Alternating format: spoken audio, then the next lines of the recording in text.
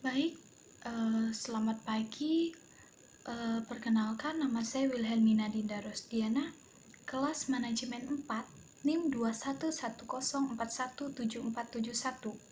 Nah, baik, di video ini saya akan menjawab pertanyaan UAS Perekonomian Indonesia. Baik, kita masuk pada pertanyaan pertama.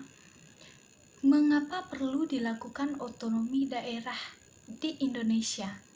Nah, karena berdasarkan tujuan otonomi daerah bisa meningkatkan daya guna dan hasil guna penyelenggaraan pemerintah di daerah, utamanya dalam aspek pelayanan dan pembangunan masyarakat. Nah, selain itu juga dapat meningkatkan pembinaan kestabilan politik dan kesatuan bangsa. Kemudian yang kedua, apa yang dimaksud dengan penerimaan negara dan pengeluaran negara? Nah, pemerintah tentu saja tidak hanya melakukan pengeluaran, tetapi juga memperoleh penerimaan atau pendapatan. Nah, penerimaan dan pengeluaran pemerintah dimasukkan ke dalam suatu konsep terpadu mengenai pendapatan dan belanja negara. Nah, kebijaksanaan yang berkenaan dengan penerimaan dan pengeluaran pemerintah atau pendapatan dan belanja negara disebut kebijakan fiskal. Nah, pengeluaran sendiri adalah pengeluaran pemerintah yang menyangkut pengeluaran untuk membiayai program-program di mana pengeluaran itu ditunjukkan untuk pencapaian kesejahteraan masyarakat secara keseluruhan. Kemudian yang ketiga, bagaimana indeks pembangunan manusia atau IPM yang baik menurut Anda? Nah, indeks pembangunan manusia atau IPM mengukur pencapaian pembangunan manusia berbasis sejumlah komponen dasar kualitas hidup. Sebagian ukuran kualitas hidup IPN dibangun melalui pendekatan 3 dimensi dasar. 3 dimensi tersebut mencangkup umur panjang dan sehat, pengetahuan dan kehidupan yang layak. Nah, ketiga dimensi ini memiliki pengertian yang sangat luas karena terkait banyak faktor. Nah, untuk mengukur dimensi kesehatan digunakan angka harapan hidup waktu lahir.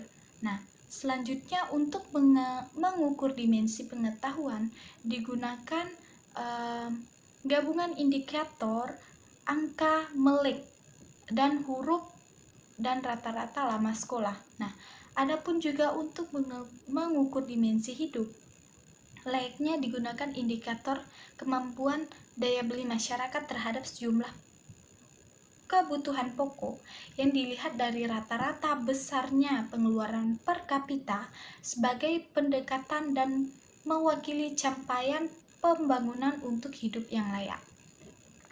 Kemudian yang keempat, bagaimana kebijaksanaan moneter Anda apabila terjadi inflasi di Indonesia?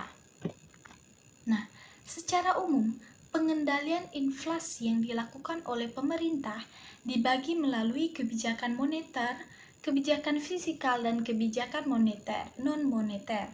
Nah, kebijakan moneter yang dijalankan untuk mengurangi laju inflasi dilakukan dengan cara menerapkan kebijaksanaan diskonto, pasar terbuka, cash ratio, dan pembatasan kredit. Nah, sementara itu, kebijakan fiskal adalah kebijakan dalam mengatur pengeluaran pemerintah dan mengatur perpajakan.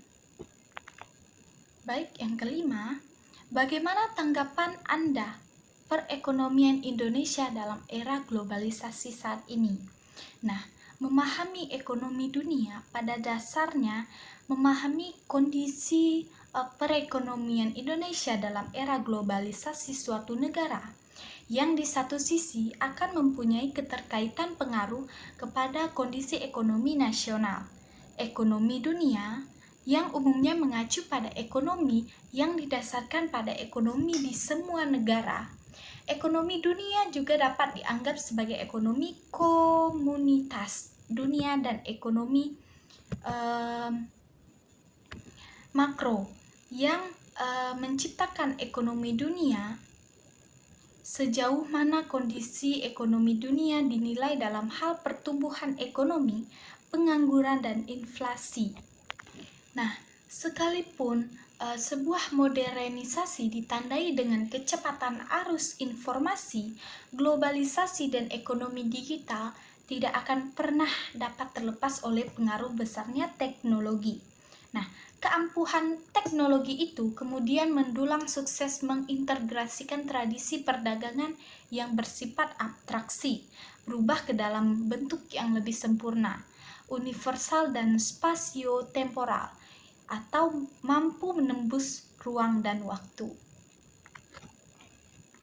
Kemudian, inovasi sendiri tidak lagi terbatas pada sektor teknologi. Nah, namun lebih jauh saat ini telah menjadi fenomena global yang mempengaruhi semua sektor kehidupan. Nah, gempitanya, dunia melalui berbagai forum tidak hentinya mempromosikan era baru, globalisasi yang terafirmasi dalam aliran data dan informasi yang menghasilkan lonjakan pendapatan ekonomi menggiurkan. Nah, bagaimana sebuah informasi mampu menggerakkan perdagangan barang melalui transmisi arus informasi atau gagasan arus data tersebut, kemudian mendeterminasikan penggerakan barang, jasa, keuangan, dan manusia memasuki fase yang baru yang didefinisikan oleh arus daripada perdagangan barang dan jasa yang ada pada sebelumnya. Baik, mungkin saja itu jawaban UAS perekonomian saya. Waktu dan tepat saya ucapkan.